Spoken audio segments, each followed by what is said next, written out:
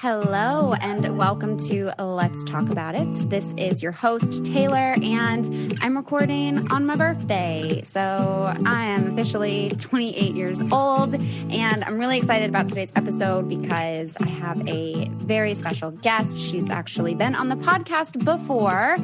If you guys listened to the Being Biracial series, she was on the first episode of that as a part of Mixed in America. And if y'all have not checked them out yet, absolutely check it out. It's going to be in the episode notes here. So we've got Jazmine with us today, and thank you so much for being here. And we just are matching our vibes right now. We've got our plants, we've got our red crop tops on, we got our curls popping. It's a whole vibe. I know, didn't plan it at all too. We're just connected. We're here. I love it. Yeah, I didn't even notice the plants in the corner. Orange is the vibe today. I love it. Real sacral chakra. Yeah, we're on the same wavelength here. And so I met you through Mixed in America, but you do some spiritual work as well. And I would love for you to share a little bit about the work that you do before we get into all of the astrology things for the birthday. Yes, of course. Yes. Thank you for having me. So I do a lot of things, but I'm an astrologer. I'm a spiritual healer. And like you said, I have my business Mixed in America, which is really focused on multiracial healing. But, in my spiritual advising work, I do a lot of guided shadow work, chakra balancing, energy work, really just diving into all things, the occult in a lot of ways. And then as an astrologist, astrology oracle, there's a lot of words for it. But I do forecasting as well, birth chart readings, and I'm also provide a lot of courses and teaching too, and mentorship for people who want to become their own little astrologer. So lots of things. Yeah, that's a lot of amazing things. I've always kind of wanted to take a course on astrology because I'm so interested in it. But then I'm also actually, I'm just interested in my own astrology. And that's what it's for. I went down the path of not thinking that I was going to become an astrologer for other people. That was not my intention. Yeah. I saw my birth chart and something overcame me. And I was I must know everything about this. I'm all about self-growth and self-discovery. Mm-hmm. It's an Aries thing. Myself. But I went down that path, and that's what then just in turn, I learned all of the things about astrology. And then I just started helping my friends and my family. And then I was you know what? I think I love this. I think this is my purpose. So yeah, it's amazing. And yeah. Well, and we did some spiritual work together, and it was back in March. So it's still a really rough time for me, but the perfect time to be checking in with myself in that way, and to have your support to work through some of that, and just getting in touch with my body, getting in touch with my spirit and what I was needing and what was going on for me. So it was amazing. Yeah, I loved doing that work with you. And that's some of my favorite work, honestly. I have, a few clients right now, and it's just it's a great coupled with therapy, right? Because sometimes you're are you trying, and it's a great coupling, because it's psychology is very, it's this, we're working through a lot of mental issues, but then we're not really addressing the spiritual side of things, and the energy side of things. And so that's kind of my expertise. And so I think those two things together is the amount of growth I've seen in people having those two things coupled is insane, Yeah. I mean, trust me, there's been a lot of therapy. And then you're there's something still I've done a lot of therapy too. And I'm but there was something that I was just there's a little area that I feel is not getting addressed in the way that I want to, and that was when I kind of went down my discovery of the chakras and things of that nature. So. Yeah. Because our body literally stores all of our trauma. Our body remembers everything. Our body experiences everything that we experience. And so often in our minds, we're just we're just going to keep, pushing through, and we're just going to keep going. But our bodies are still wait a second. What's happening? What? Yeah. I mean, our body is it integrates things slower too than our mind and our spirit. So that's why too, we're aren't we already past this? And our body's no, we are not, and so I think it's that part too. We get a little impatient, we just try to slap the Band-Aid on and move along. Yeah. Super. I was working with clients on that this week, and it's a hard thing to sit with that. Those feelings are difficult sometimes. Totally. Yeah. Well, I feel we should maybe start there's so many things to get to here because we're in July. We got a new moon. We're in Cancer season. Hey. It's my birthday, which is wild.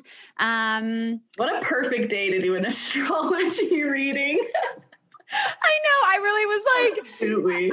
I totally even forgot that like I didn't have an episode around like birthday astrology, and I've done it the last 2 years. And then I was kind of like, oh, well, you know, I think it was like literally yesterday that I thought of this on Friday. And I was like, well, do I really want to record over the weekend? And I was like, well, if I'm recording with Jazmine, and then that'd actually be really fun to like spend my birthday with her a little bit. My heart.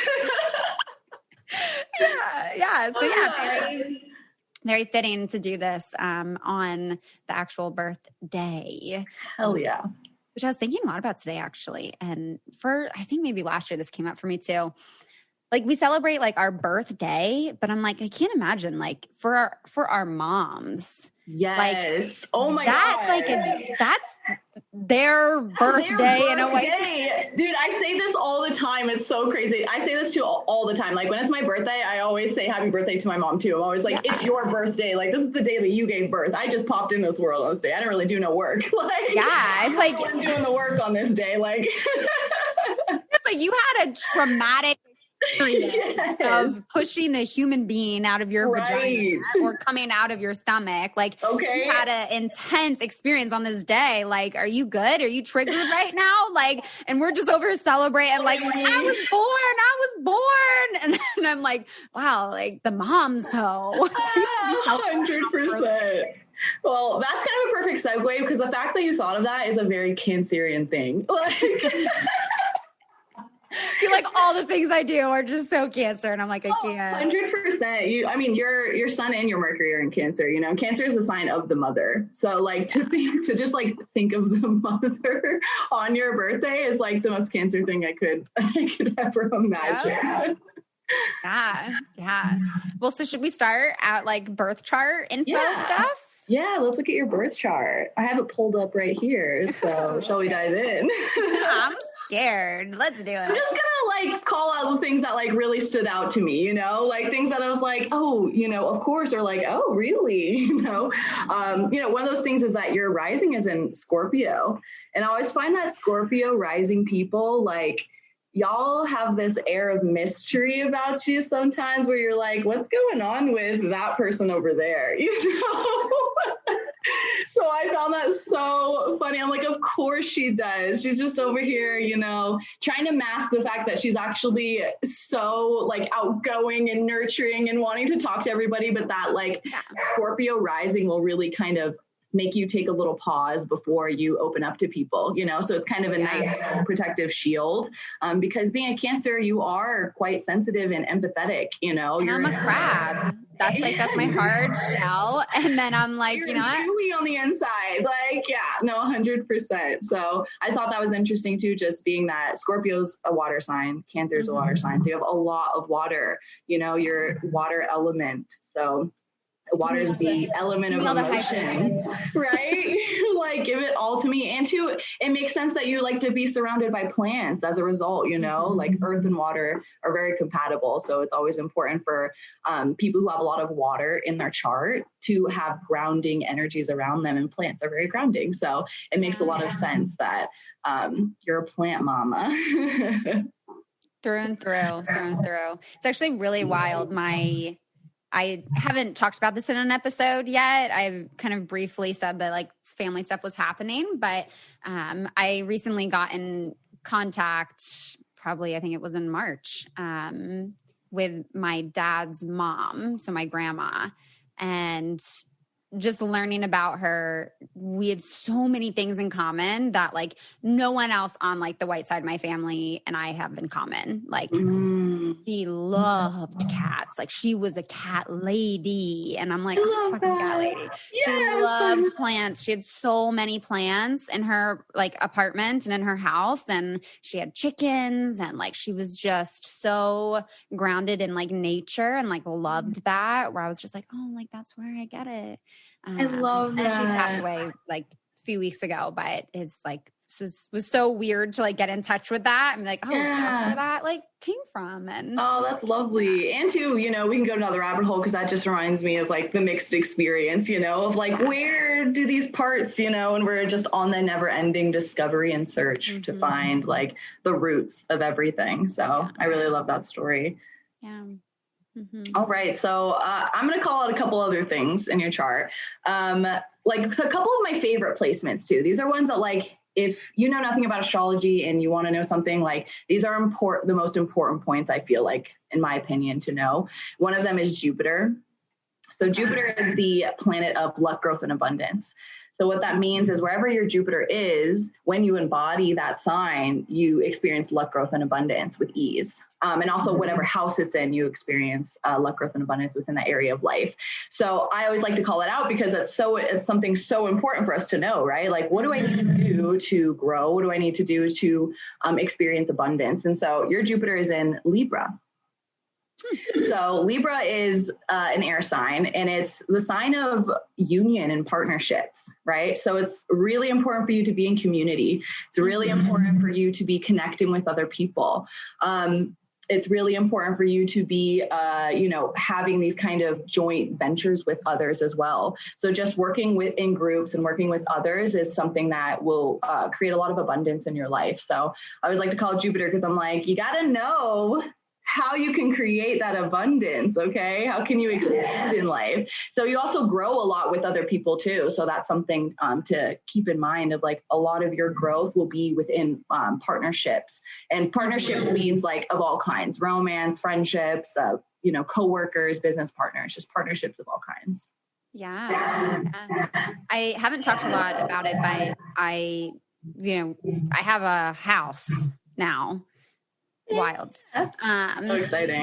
Yeah. But like, even within my community, I'm like meeting people and it feels so nice. And like everyone in the community is like 50 years and up, but like most are like in their 60s and 70s. But it just is such a sense of community and I love it. And there's like so many things I want to do to like build up the community even more. So I definitely feel myself like leaning into that and finding a lot of love and finding abundance and finding growth in creating and nourishing my new community. Yeah, I think that's huge. And you know what?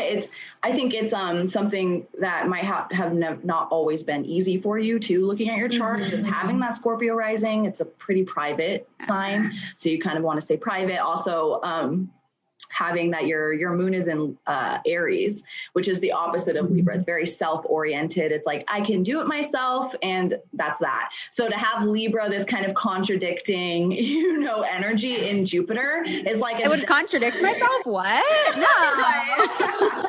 Always holding opposites.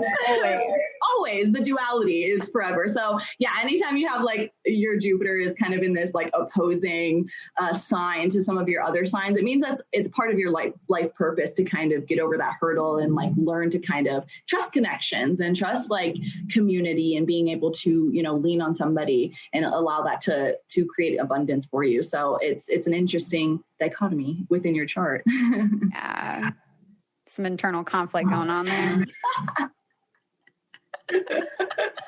Look, my chart is all over the place too. I've done, so many readings. And, I get a little envious when I see people's charts who are just so like, just like balanced and easy. I'm like, are you just like living your best life always? Like, like where's the struggle here?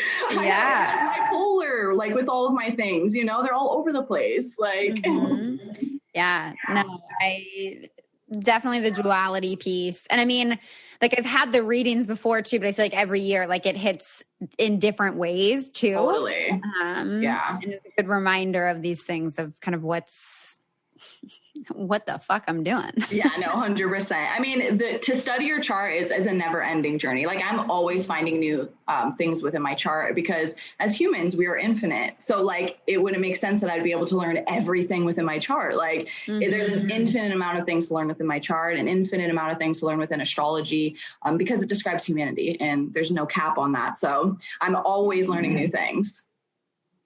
It's a journey. All right, we're going to take a short break right here because I don't know about some of y'all, but I've been needing an escape a lot more than usual the last year because I bought a house and I am like super stressed and there's so many things to do and like so many places I need to be. And I really kind of just want to escape some of it and indulge in some pleasure. And one of my favorite ways that I've been doing that is through using Dipsea, which I've talked about before on the podcast, and I absolutely love. So if you're having some trouble, like either just relaxing to get to bed, they have a whole wellness section and like the voices that they have are just beautiful to listen to. And if you're like wanting some sexy time, who doesn't want some sexy time? The audio app is full of short, sexy stories that are all designed to turn you on. And I promise you, like, it's going to be hard to not be turned on listening to these. And it just really helps, like, spice up the mood or, you know, get yourself in the mood. And sometimes it's just honestly a nice escape. Sometimes I've always said, like, growing up, like, my happy place felt like was, you know, I get fantasizing about like hot, sexy makeouts, you know, and these stories feature characters that are like real people, you know, and they're immersive and you feel like you're there and you just get to escape a little bit. And it's really nice. And so I'm super happy to have them as a sponsor of the podcast. And I really, really, really want y'all to try them out because for the special listeners of this show, Dipsea is offering an extended 30-day free trial when you go to dipseastories.com/Taylor. This 30 days. That's a whole month. That is so many opportunities for exploration with this. Okay. So again, that's 30 days of full access for free when you go to DIPSEA stories.com/Taylor. Again, that's dipseastories.com/Taylor. Go on over there after you finish this episode, share it with a friend, share it with your partner. I mean, if you want to share it with, you know, if your mom is stressed, you can share with her too. I do that sometimes. But with all that said, thank you so much for supporting this podcast and supporting these kinds of conversations. And again, I really hope that y'all check out Dipsea. Again, it's dipseastories.com/Taylor. And now we can get back to the show.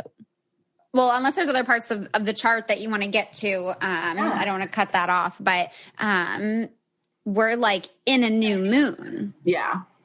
New moon in Cancer. Yeah. I'm scared. No, new moon energy isn't that scary. Full moon energy is kind of scary. Yeah. But like Cancer moon, like today's my birthday and tomorrow is Naya's birthday. Mm-hmm. But we celebrated her birthday today and she had her birthday party and even just they were like singing happy birthday to her and she was about to blow out her cupcake. I was like bawling my eyes out. Like I just like had to like back away from people just to be like, happy birthday. I was just losing it. I was like, oh my gosh. It was so emotional. Baby. 100%. So Cancer is actually ruled by the moon. So each sign has a ruling planet or placement. And so Cancer is ruled by the moon. So like when the moon's in Cancer, this is a comfortable placement for the moon to be in. It's really heightened though, that new moon energy, but it's comfortable. And that's why too, Cancerian people kind of get a bad rap of being like moody, but they're really just cyclical. Like they're very cyclical because they're tied to the moon cycles. And so, you know, their emotions go with the moon cycles, you know? And so whenever I have I have a lot of Cancer moon people in my life. And so when your moon's in Cancer, you are like just riding the waves. And I know that that's how they are, you know, like, that's why I love astrology though, because like normally before I knew astrology, I'd lose my mind with certain people's characteristics, but me having the awareness of like knowing like, oh, you're going with the cycles of the moon. I'm just going to hold space for you, knowing that you need to ride the wave, and that's cool, you know? And I think that's a really great way to utilize astrology too, is just understanding others and knowing the support that they need based on their chart, you know? That's such a good point. Because yeah, maybe that is like, it is just a different understanding, but it's also like, you have to believe it too. Yeah. You know, like to be like, yeah, I'm ruled by the moon, which really we all are in some ways. Totally. But yeah, I mean, I always say, I'm like, yeah, my moods are like the waves. You know, they just come and then they go, and then, oh, it's back. And then, nope, it's going away. And then, oh, it's a different one's hitting. Yeah. And so true. We're all tied to the moon, but what's nice about Cancer people is like, you know that they come and they go. Like, you're used to that cyclical thing, so you don't hold on to the mood so much, you know, versus like me, I have an Aquarius moon, which is a fixed sign. So like sometimes when I feel an emotion, I'll like kind of hold on to it longer than I should. And so when someone has a Cancer moon, they're like, oh no, I know that we're just doing this. We just ride the wave. It's no big deal. So it's interesting to see the differences between the signs. Yeah. Aquarius moon isn't, it's a tough placement sometimes. Yeah. It is, because I do find, I mean, that's why I always say, like, I'm feeling all the feelings, because it feels literally like there are just 1,000 different things that I'll feel at once, and then they'll kind of just flow through me, and then I'm over it. And it's like, okay, I'm done. I don't like, it might seem like I was like really upset about something, but it's like, no, I went with it and now I'm done, and I'm totally fine. And that's too, is like, we have so much to learn from each other, you know, based on astrology or not, like all of our charts are so complex and different. And I think, you know, I don't like really subscribe to the word compatibility when it comes to astrology, because I think that it's more of like, what do you need? What do I need? And what can we learn from each other? You know, like any signs can be together. Any signs can be compatible, quote unquote compatible. It's just knowing what they need and knowing what you need, you know, same like with love language. Like, it's like, basically, if I know your Venus sign, I know your love language, right? What's my Venus sign? Do we know that? Gemini. Your Venus is in Gemini. So that's an air sign. So basically, it's really important for you to like have intellectually stimulating relationships. Like, they need to kind of be on that level for you. It needs to be interesting. It needs to be fun. Gemini too is, you know, Gemini gets a bad rep too, because it's the twins. And so it's like changing quickly, very mutable. It's like one day you might feel this way, and one day you might feel another about someone. So having that awareness can really be helpful with your Venus sign. Yeah. I don't think I can fuck with Gemini with my Venus sign. I've met some Geminis, and I don't know, there's something. Geminis are an interesting energy. You know, my dad's a Gemini, so. Yeah, so is my mom. And so that's where I'm like, and one of my like best, like closest friends, she's a Gemini as well. Her and my mom are so much alike. But yeah, for like compatibility, or I guess partnering with Gemini, yeah, they're interesting. There's a lot of intensity. There's a lot of intensity, and it's a very quick energy too. So it's really like spurts and like, intensity. So yeah, but that's your Venus sign. So that's also the way that you love, you know what I mean? Like, you love in this kind of intensity, in this kind of like quick moving, very communicative too. Gemini is like the sign of communication. So you like to really communicate your love, like words of affirmation, right? That's the way to give love. So. Oh yeah. Gemini's real good with their words. Oh yes, they are. Oh yes, they are. They little wilds. This is where astrology always brings up shit. I'm just like, oh, look, we've all been scarred by a sign, by dating a certain sign. And it's like, oh, it's like, you've ruined it for all the other signs. So I fully understand. Yeah. Try to always stay open-minded. Not going to try to understand their sign better and not just judge them for their sign. You know, a lot of people judge Cancers all the time. Totally. There's a lot of signs. I mean, every sign is misunderstood in some way or another, you know, and that's what I love. Like, the more I dive into astrology, and the more I understand each sign a little better, and the parts that used to trigger me don't so much. Yeah. So what exactly, this is also, it seems obvious, but like, what even does that mean that the moon is in Cancer? Like, just that we're in a new moon and it's like Cancer season?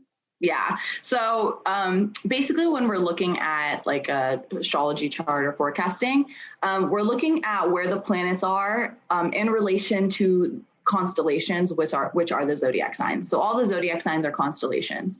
Mm-hmm. So we're taking basically a snapshot of the sky and looking at where the planets are lining up with those constellations. So when the moon is in Gemini, it's aligned with the constellation that's Gemini. And so it takes on that energy. And then the moon being in proximity to the earth, we take on the moon's energy. We take on each of the planets' energy. So that's why then it affects our collective energy. And that's why too, when you're looking at your birth chart, that's a snapshot of the sky the moment that you were born. So that's where the planets were the moment you were born. So basically those planets had taken on the energy of the signs and you were born into that energy, which is why you took on that energy, right? So it's like you were birthed in the energy, that was the energy of the collective at the time. And so the moment you were born, you absorbed all of that energy, you know, and took that on. So that's kind of the download of what your birth chart is. So when we're looking at where the moon is, it's lined up right now with Cancer, right? So it's taking on that Cancerian energy right now. And when it's a new moon, it means that the sun and the moon are in the same place. And so when the sun and the moon are in the same place, it's a really good chance to release. New moons are really good times to release things, release toxic cycles, release bad habits, or just, you know, do releasing rituals. It's also a great time to kind of plant seeds for manifestation, because it's kind of this energy of when the sun and the moon are in the same place, they're kind of on the same page, you know, and the sun really rules our masculine energy. The moon rules our feminine energy. So when our masculine and feminine energies are on the same page, we can get a lot done. We can really plant seeds for manifestations and see things a little clearer. And that's why when there's a full moon, it's the opposite. It's when the sun and the moon are in opposition. So that's why those tend to be kind of heightened emotional times, right? It's like yin and yang are kind of battling. It's like ego versus emotion. So, I didn't know that the sun was the masculine and that the moon was the feminine. And then I wonder, like, how though? Why are those the only two? You know, if we think like outside of like the binary of like, okay, they both have masculine and feminine, but then also what does that even mean? Yeah, so we can go down this rabbit hole because I could talk like gender theory all day long, especially like Hermetic law of like everything holds the masculine and feminine energy, you know, and I'm not talking about it in like a, you know, 3D gendered way. I'm talking about it in a very like philosophical yin yang way where we have both yin and yang, and yes, each planet has both, but there's a predominantly core energy of that planet, you know, and so each planet can kind of be categorized as one or the other for the most part. But traditionally the sun it represents our ego, it represents our humanity and like this 3D energy, versus the moon represents kind of like spirit and emotion and intuition. And so when we break it up like that, it's really yin. The moon is very yin and the sun is very yang energy. It's very structured. It's energy. It's like doing versus and action oriented, right? Versus the moon is very receptive. You know, it's the tides, it's the water, right? Where the sun makes the plants grow. It's very grounded, right? So like breaking it up in that is like, I see everything in like yin and yang forms, you know? And so like I said, I could go down that rabbit hole. Yeah, I'm like, this is fascinating. I've not heard this yet in astrology. Yeah. Well, every astrologer is different, you know, and should be as such because we're channels. And so, you know, it's part obviously research and learning all of the things, but then the other part is intuition, and the other part is being able to channel and understand what that energy is and what it all means, you know. And so you want both sides. You want to have both parts where it's research based, but it's also intuitive based. Yeah. Wow. I'm like, I'm not going to look at the sun and the moon the same way now. I'm like, yeah, that makes a lot of sense, actually. Right? Think about day and night, you know, like in the daytime, we're going, usually we're moving, you know, and it's much more like charged. It's much more, it is a, you know, masculine yang, like more feeling versus like at nighttime. It's more like, you know, it's got feminine, like, let's fucking chill, you know, let's take a bath. Like. Yeah. I mean, yeah, I guess I do see myself so much in the moon. Yeah. But yeah, I still go back and forth when I think of all of this, when I just talking about masculine and feminine in general, because it's like, yeah, how we're defining masculine by like doing. Yeah, traditionally, and this is like in, I study a lot of Chinese philosophers.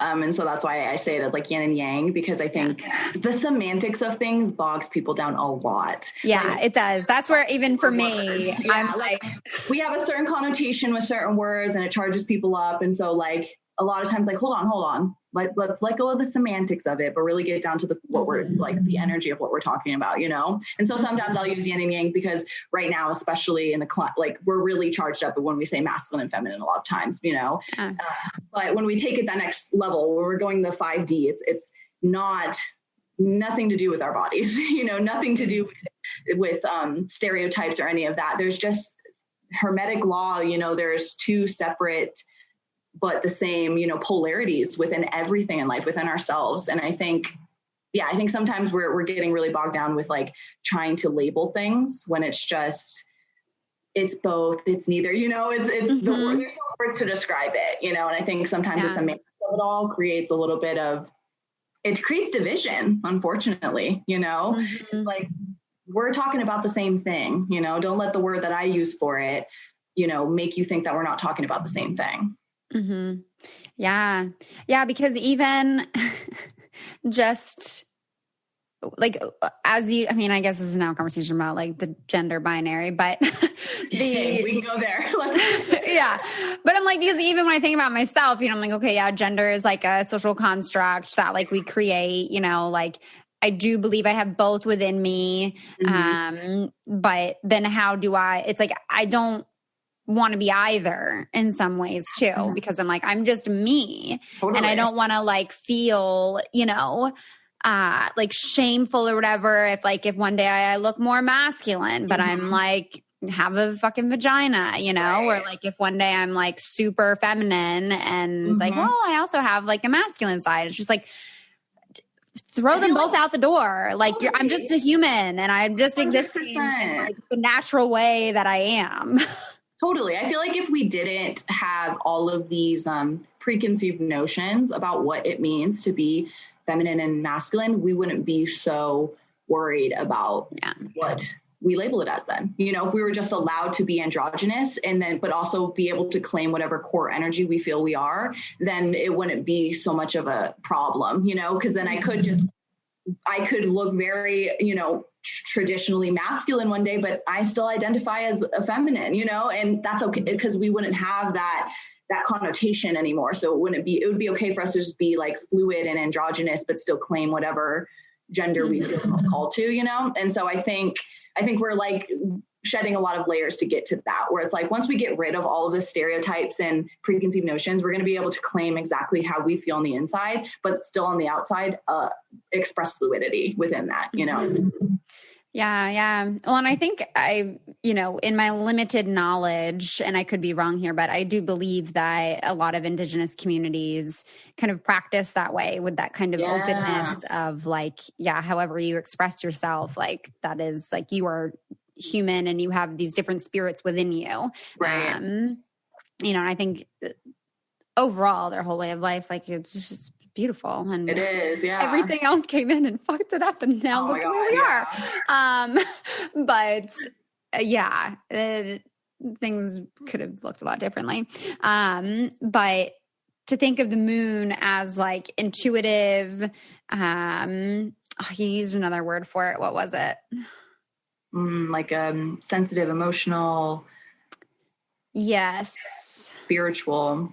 Yeah. Connected, it's very connected to the divine, it's connected to spirit. It's much more flow. It's not the mind. And that's too where they separate. That's why, the gendered kind of theories kind of work for me, because it just helps me kind of strike balance between a lot of things in life when I can kind of categorize them like that. When I'm like, okay, mind versus intuition, those are two separate things and both are needed. But there needs to be balance, because when we're only in our mind, we're not tapping into our intuition, because some things can't be explained via the mind, right? It's like when you get that gut feeling And then your mind's like, what? Like, you're insane, you know? And it's like, oh, who do I choose in that moment? So like the moon is really that intuitive gut feeling. That is that third eye, you know, channeling and just feeling like I'm supposed to do this. I'm supposed to go this way, you know, where the mind's like, that makes absolutely no sense. The rational decision is to go the other way. And so finding balance between those kind of yin and yang, the moon and the sun, right? Mm-hmm. So I should be trusting my gut this month then. Yeah. In general, you're a Cancer baby. Like you have a very strong, and Scorpio rising, very strong intuitive pull. Mm-hmm. So you have a lot of just aha moments, and it might not make sense to anybody else and might not even make sense to you, but you're definitely meant to follow that intuitive path for the most part. Mm-hmm. How do people know though? Know what? How do people know, like, I'm trying to think, like, if I were not a Cancer, you know, and you're trying to like lean into this Cancer moon that's bringing up all this like intuition and like spirit within you of like how you can trust your gut, how you can like allow yourself to see what's coming up for you and to like allow space for that this month. Yeah, it's really hard. It's hard in the society that we live in because we're very conditioned to trust our mind only. You know, this is a very, you know, hyper kind of structured society that we've been living in for a while. It's very rule-based. It's very, you know, go by this, and this, follow your mind, weigh the pros and cons. It's not very trusting in that, again, that feminine energy, that moon energy, that intuitive just flow, that just intuitive knowing, you know? And so there's a lot of deconditioning that we have to do individually to trust our gut feelings and our intuitive pulls and it's our connection to spirit, you know, divine, whatever you want to call it, the universe, the higher consciousness, trusting that connection more so, you know, than what, you know, rationally makes sense sometimes. And to the type of inklings that keep us from danger, right? It's like that, wait, I'm not, you know, when you're just like sense danger, I'm not supposed to go here, and rationally it might not make sense. Or a person, you know, you're just like, I don't know what it is about this person, but I don't fuck with them, you know? And I was gonna say, and you're just like, I know. It's like, are you going to trust that? Like, because I've made the mistake of not too many times. But yeah, see, sometimes that little bit of danger, you're kind of like, and this is where, you know, that like meme. Yeah, you know that meme of Ariana Grande and Pete Davidson? Literally exactly where my mind is going. That meme of Ariana Grande and Pete Davidson, and it's like Cancers and like emotionally unstable people. Yes. There totally is sometimes that like giant red flag of like 100%. Nope, this person has got some shit going on, and like, nope, go away. But then I can heal them. It's the nurturing of Cancer, of course. Like Cancer, it's a sign of the mother. So like unintentionally, you will mother people. Like you're like, I can help you. I will make you better. I promise. Yeah. Well, also just that like intellectual stimulation of it too. You can't be bored. Like, you can't. Be. So like sometimes too, like this is something I'm always having to work on too. Like my Venus is in Pisces, and Pisces is basically the sign of like self-sacrifice. It's the sign of the healer. It's the sign of like unconditional love. And like, let me tell you, love has to have conditions. Like there needs to be some conditions on that. Standards. They're okay. Like, sure, that's all fun for unconditional love, but you know, when they're fucking up your life, they're fucking up your life. So I'm with you of like thinking like, I need to be stimulated. And like, when you meet someone who's like safe, it feels a little boring. Like I literally have to re-teach myself that, you know, safety is not boring. A safe person isn't boring. A safe person is correct. You know? Yeah, well, and a safe person can still be intellectually stimulating, but sometimes they're not. And then you are literally just boring and like don't have much of a personality, which like is not that much not super engaging and like desiring, at least for myself. Yeah, no, completely. Yeah, I'm with you. That fucking Venus. I know, it's really a curveball because like nothing else in your chart is like that. You have a lot of water signs, you know, and then all of a sudden Venus and Gemini, I think it's just my vagina. Venus is just like synonymous for vagina. Let me tell you, Mars actually rules our sex drive. So let's see where your Mars is. Mars is our sex drive and you know, basically how we like to have sex and what turns us on. So let's see, your Mars is in Virgo. That is actually makes sense because my longest relationship ever was with a Virgo, my college boyfriend. And from what I have read, it seems like Virgo is like my top 3 most compatible sign, but he's literally the last and only Virgo guy that I've ever met that I know of. And so I'm like, where the fuck did all the Virgos go? Am I just not in the right season to like meet a Virgo? Like everybody else is something different, but he was. Where are the Virgos? Yeah. And we had a great sex life until we gave up on our relationship. Your sex is probably great. Yeah. Because that is like, that's your sex drive is in Virgo. So it's also too like being that your Mars is in an earth sign, like that's a very grounded Mars, you know? So it's important for you to kind of have a grounded connection with someone before you sleep with them. So it's an interesting Mars coupled with that Venus and Gemini, you know, it's like, because that Venus and Gemini can just be like, but I can say, fuck it, and let's get it popping, you know? So that combination is funny. Yeah.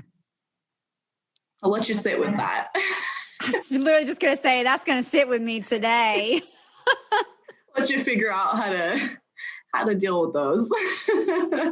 How you navigate all this. It's a lot. But that's too why I love astrology. When you know your chart, then you're like, okay, first of all, I feel a little less insane about all of it because now here's where that little part of me comes from. Like I'm always feeling like something's wrong with me. Nothing's wrong with you. You just have different parts, you know, you just have different elements within your chart and different modalities. So it's nice to kind of have that awareness because then it also is useful to know what you need and also when to tap into each part of your chart, you know? So for example, I have a lot of Capricorn in my chart. My rising sign is Capricorn. Capricorn is a very grounded, focused energy. It's very focused on business and being a boss, you know? And so I know that I need to call on my Capricorn energy when I need to be a boss, you know? And then my sun sign is in Aries and it kind of just wants to have fun and like rage on. So I know that when I'm out, I'm calling on my Aries energy. Like I want to be outgoing and have fun, you know? I'm not going to be Capricorn so much, you know, and vice versa. So I just like having that awareness because I'm like, it makes me more intentional about what energies I'm calling on in certain situations. Mm-hmm. I could have sworn that there was something with Capricorn with me. It's like my opposite sign or something. I don't remember. Yeah, it's your opposite sign. Yeah. Mm-hmm. So you have your Neptune and Uranus in Capricorn as well. Mm-hmm. And from what I remember from last year, I think that 27, I believe she said it was like my homecoming year based on like where my house was or something. Yeah, is she talking about like your Saturn return? Yeah. Like Saturn Mercury return was in the same place last year as it was when I was born. Or something like that. It was I love wild. that. Yeah, so your Saturn return is coming up. It's not this year. I think it's probably going to be next year. But Saturn return is interesting in astrology. It's basically when Saturn's in the same place of when you were born, and Saturn rules karma, Saturn rules lessons, responsibility. So it only comes back into the same place every 29-ish years. That's why we all kind of have our Saturn return around 28, 29, 30. So that's coming up for me then. I think last year was was Mercury was in the same. Yes. Yeah, so you have a return of every one. So Mercury moves a little faster. So you have a lot of Mercury returns. Usually every like 3 to 4 years, you'll have a Mercury return. Saturn's kind of like a focused one because it only happens every 29 years, 29 to 30 years. So we have it once and then we'll have it, around like 60 again. And so usually it means that it's kind of a chance for us to get aligned with our life path if we're not in line with our life path. So sometimes it can be an abrupt change in a lot of things, if you're not aligned with your life path. It kind of checks us a bit. We're like, are you aligned with your purpose? And a lot of times, we're getting there, but before we hit 30, we're not really aligned with our purpose yet. So it's kind of a nice little just like adjustment of like, I'm going to show you what's not working anymore. And I'm going to show you where you're supposed to be headed. Yeah. And so what is it? Is there a return this year?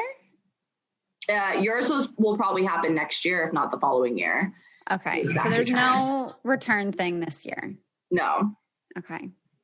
Yeah. I remember last year was like a year of like homecoming and like felt very right because there were just so many parts of myself that came back up this year of like reminding me of like who I am as a whole and like where I came from and who I've become and just feeling like, there were definitely parts, and when I say year, I mean like from July 2020 to now July 2021, where I felt like, holy shit, I had reached just like the core of who I was and like operating in such a way of like confidence and groundedness and like, this is who the fuck I am. And I've spent like so much of my life like trying to be something else or like thinking I need to be something else or like shrinking myself down for other people where I was just like, nope, I am me. And I know exactly what the fuck that is. And then the universe was kind of like, bloop, are you sure? They were like, whoop, bloop, bitch, here you go. And I was like, all right, let's revisit this. But where it did all feel kind of like coming back into myself again and like reminding myself of my resiliency, reminding myself of like my tenderness and my softness and my like worthiness of joy and pleasure. And to where now too, like purchasing a home at 27 where I feel like, I'm like coming home to myself and my worth and who I am while also now taking this new step into like really establishing a home and groundedness. Yes. Yeah. So one of your major themes this year in 2021 is in the fourth house. And what the fourth house represents is the home. It's the home. It's the mother. It's our sense of emotional security. So I cannot with astrology. I cannot. It's always on it.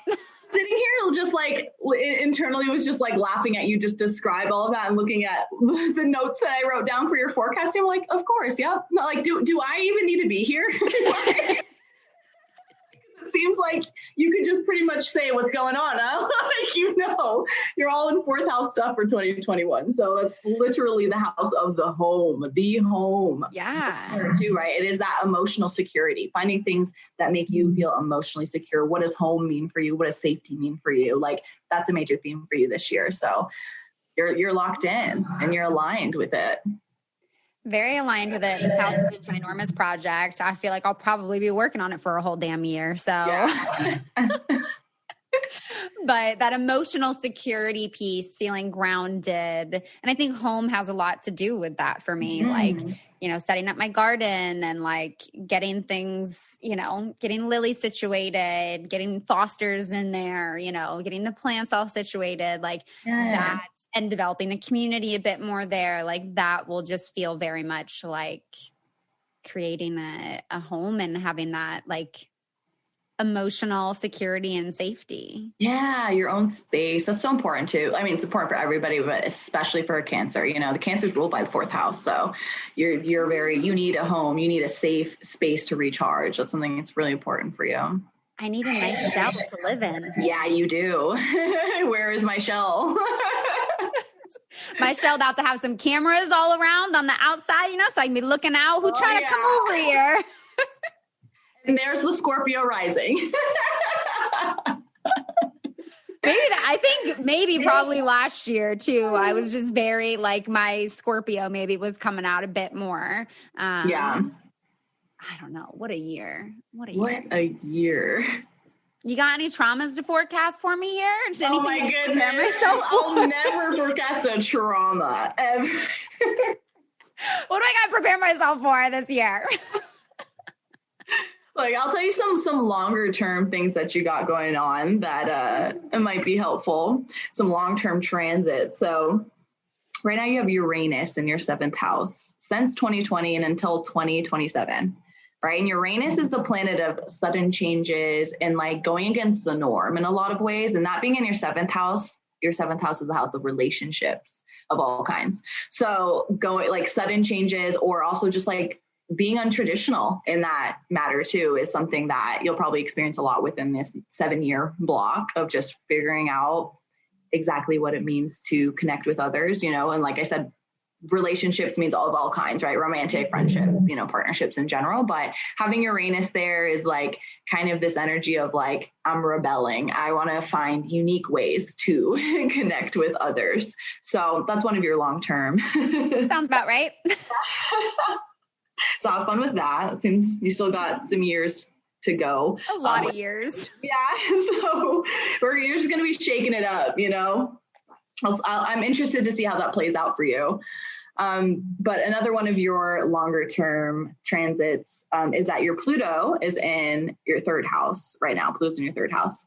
And that started in 2019 and it's going to stay there until 2033. So again, it's a longer term transit. So the 3rd house has to do with communication and Pluto has to do with transformations and also shadows, which kind of, I feel like is actually perfect for you. It's like basically digging up things that are hidden within communication. Yeah. And so, you know, but that also what Pluto does, it digs it up so that way it can create transformation for you. Pluto's the planet of intense transformations, like creating, it's like rebirth energy, you know, like the Phoenix, kind of just this death and rebirth energy. And so being in your 3rd house is kind of just like just kind of having revolutions in the way that you communicate, the types of media even that you put out. 3rd house really has to do with media. So maybe, you know, creating different types of content, you know, throughout this. It's going to be HGTV up in here from here on out. Who knows? But you allow that, you know, because it's supposed to kind of have this transformative feeling. It's like we're witnessing your transformation in that, being that Pluto's in your 3rd house right now. So wild. Fun stuff, huh? It's something else, really. It's really, it's exciting, but it just scares the shit out of me sometimes. I'm just oh my God, what's gonna be happening? But that's it's all for your highest good. It's all for your highest good, always. One thing from our healing series that we did, our spiritual work that we did that really, really stuck with me, where I was just like, yeah, like I feel like the universe is like, just like, you know, shoving me down. And you were just like, the universe is always working for you. Like the universe is not malicious. And that hit me so hard. I was just like, oh, you're right. Yeah. There's something in here. The universe is not against me. Yes, it's for you. It might feel like it. Yeah. Yeah. I think it's so easy to get caught in that trap of like, you know, we all are guilty of like kind of just in the victim mindset of like, what the fuck? Like, am I just going to keep taking hits? What's going on? And when you kind of all of a sudden have the aha and kind of shift your perspective of like, okay, wait, this is for me. So let me figure out why then. Let me figure out why it's for me. Like, what am I supposed to be seeing here? What am I supposed to be changing here? You know, it's all like feedback. You know, I've heard someone use that word of like, it's like universal feedback, where it's like something happens and it's like, oh, okay, let me take this feedback and figure out, you know, what I'm supposed to do, what I'm supposed to change and adjust, what I'm supposed to learn from this situation. So it's a lot less stressful to think about it like that. It's a lot less overwhelming to think about it like that, you know, and just really sitting in with that trust of like, okay, this is all happening for me, you know, not against me. Yeah. And that sounds great. And there's definitely a part of me that's like, but did I ask for your feedback? Right. I didn't want it. Yeah. I'm like, wait, but who invited you here to be sharing this feedback that ain't nobody asked for? Like, I wasn't ready for this. Okay. You know, something else though that I've noticed with the feedback is that like the loud feedback only comes after you ignored the subtle feedback. Like when I look back at my life, I'm like, ooh, I had they gave me little feedback, but then the universe was like, okay, bitch, you're not going to listen? Say less. Like, I'm going to get louder, you know? And so that's how it happens. It's never loud the first time around. It's always little things, and we get little things, and the universe and that's that intuition piece coming back around of like, when we're not listening to our intuition, it gets louder, and sometimes it's aggressive then. Major key alert. Yeah. Wow. How am I going to go through the rest of my day now? So many keys dropped. Okay. It's amazing. Where can people figure out how to get in touch with you to be able to do something like the spiritual work that we talked about, to maybe do some astrology work together, or even some, multiracial healing work? We'll put the links in the episode notes for all of these things in terms of how to get in contact with you, but where can people find you? Absolutely. Yeah. So my Instagram has all of my links. So if you follow me at _Jazmine Jarvis _, and that's JAZMINE JARVIS. I have all the links to all of my other various things. Then I also have my website, mixedinamerica.org, if you're wanting to really dive into that multiracial healing. And then my other website is don'tsimplysurvivethrive.com. And that's where I have all of my astrology forecasting, astrology birth chart readings, my courses that I'm launching coming soon. And then my spiritual advising work, like Taylor was mentioning, where we're really diving into that shadow work and chakra healing, balancing, and just all things the divine and enlightenment. Yeah. Amazing. Thank you so much for coming on. And I feel like we need to do another episode like with both of you for Mixed in America and talking more multiracial things, and did the series with y'all a few months back, and that whole workshop was amazing. So good. Yeah, definitely. Always happy to share any of my many hats with you. Amazing. Well, thank you so much for being on here. And we'll definitely have you on again. Yes. Thanks for having me. All right. That does it for today's episode. Thank you so much for making it all the way through and keeping your ears, your hearts, and your minds open. It would mean so much to me if you could take a second or two after listening to this episode to leave a review on iTunes and let me know what you're enjoying about the show. I love reading, what your favorite episodes are, where you guys listen, and definitely feel free to share this with a friend. I mean, part of how we break down the stigmas around these topics is by talking about them, right? And sharing them with more people. So definitely share the podcast. And again, really wanting to include all of you in this podcast. So if you have questions or you want to share a thought or an experience, please send in a voice memo to ask.letstalkaboutit@gmail.com. And I'm really excited to keep having these conversations and breaking down these stigmas. So thank you all so much. I hope you have a wonderful rest of your week, and I'll talk to you next time.